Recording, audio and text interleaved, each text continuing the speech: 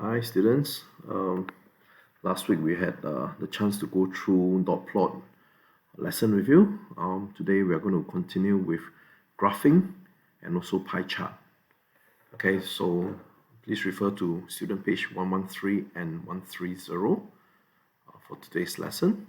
Okay, 113 and 130. Let's carry on. Okay. So on page 113, okay, you're supposed to graph relationship.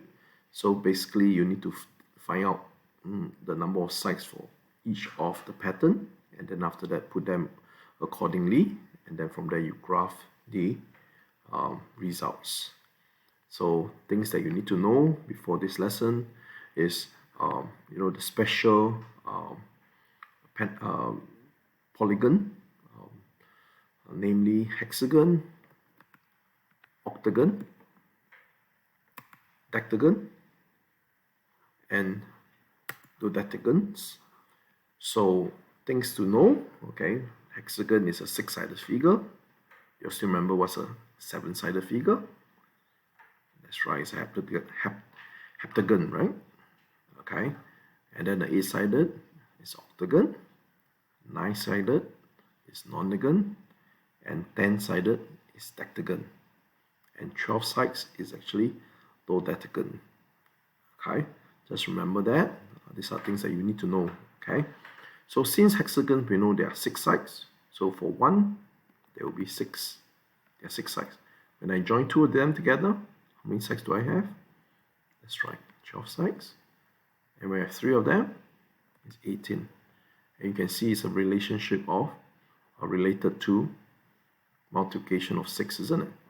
So after 18 will be 24, after that 30, next one is 36. Once you get all these answers, you are required to plot the graph. So first one, you have 1 and 6 given to you, 1 hexagon, 6 sides. 2 hexagons, 12 sides, you will appear somewhere around here. And 3 hexagons, 18, you will appear somewhere around there. Okay, 4, 24, you appear somewhere around here. 5, you have 30, somewhere around there. And 6 is 36, it will appear somewhere around there. Okay, if you actually draw them accurately, you will actually have quite a beautiful line. Okay, that you can join together if you want to, but doesn't matter. They did not actually, they actually asked you to draw a line. That's right. Once you plot carefully, you actually get a very nice straight line, okay, which is required. Okay, so I'm going to leave it to you to answer the rest. I think it's quite straightforward, this part, on how to graph, the various answers that you get. Okay, next one, which is actually at page 130, is on how to manually create a pie chart.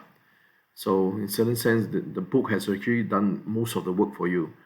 So for this case, actually did a class analysis, and they say Owen's class made out a pie chart of hair colors of 20 students. So you have people with brown hair, fair hair, blonde hair, red hair, black hair. I think there should be one more category called no hair, but unfortunately, I don't think there is. Okay, so there are only 5 colored categories. So from here, it's actually drawn nicely for you. There are 5 brown hair,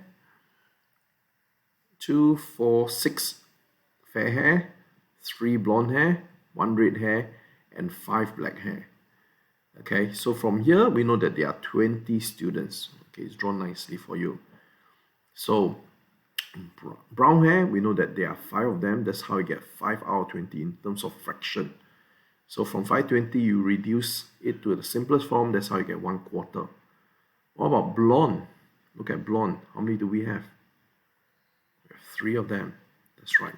The fraction will be 3, 20, since there are 20 students in the class. Black hair, there are 5 of them, so you get 5 out of 20, or 1/4. Okay, fair hair, we have 6 of them, which is 6 out of 20, and you simplify it, you get 3 out of 10. Got it so far? Okay, next one.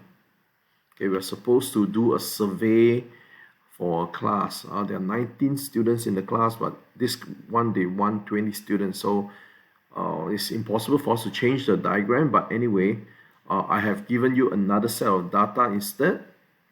Okay, so from here, I have 10 black hair, 3 brown hair, 6 fair hair, and 1 blonde. So with this data, I want you to draw the diagram accordingly, okay, to make it more to give you a better idea on how to present it. Because even though in our class there are 19 students, there are 18 of you who with black hair, only one with brown hair. So I think it's not a very good representation. Okay, so that's why I've changed the data instead. So when you create, once you do that, you see you have 10 of them which are black, and then after that you have 3 of them which are brown, 6 of them which are fair, and 1 of them who is blonde. That's how I actually dissect out the whole pie chart, and from here I draw the lines. Okay, there's black on this side, and then after that we have 3 who are with brown hair, 6 with fair hair, and 1 with blonde. So that's how I actually get about coming out with the pie chart when you draw it nicely. Okay, next thing, you're supposed to look at the pie chart given to you and answer this question. So which 2 states have the largest population? Oh, so obvious, isn't it? And then after that, which territory has the smallest population? So there are only 2 territories in Australia, isn't it? So which are they? That's right. You have ACT and NT, isn't it? So which of them has the smallest population? It's quite obvious too. Look carefully. Which state and territory are reasonably close in population? So which state and territory are pretty close in terms of the size? Okay, I think it's somewhere around here. Check it out. Do you think that New South Wales has a population over 5 million? Do you think New South Wales has more than 5 million? Which is about 1/5 of the population. Think carefully. Okay, you answer accordingly. Do you think this is 1/5? Okay. How do you get 1/5? Because 5 million out of 25 million is actually 1/5. What would you estimate Queensland population to be? Queensland is somewhere around here. If it's 1/4, it's somewhere around here. So it's less than 1/4. So what do you think this result will be? Okay. Give it a try and answer the question. Okay, that's the end of our lesson. So remember to complete page 113 and 130 in the student book. Okay, if you have any issue, drop me a message on Teams. Bye-bye.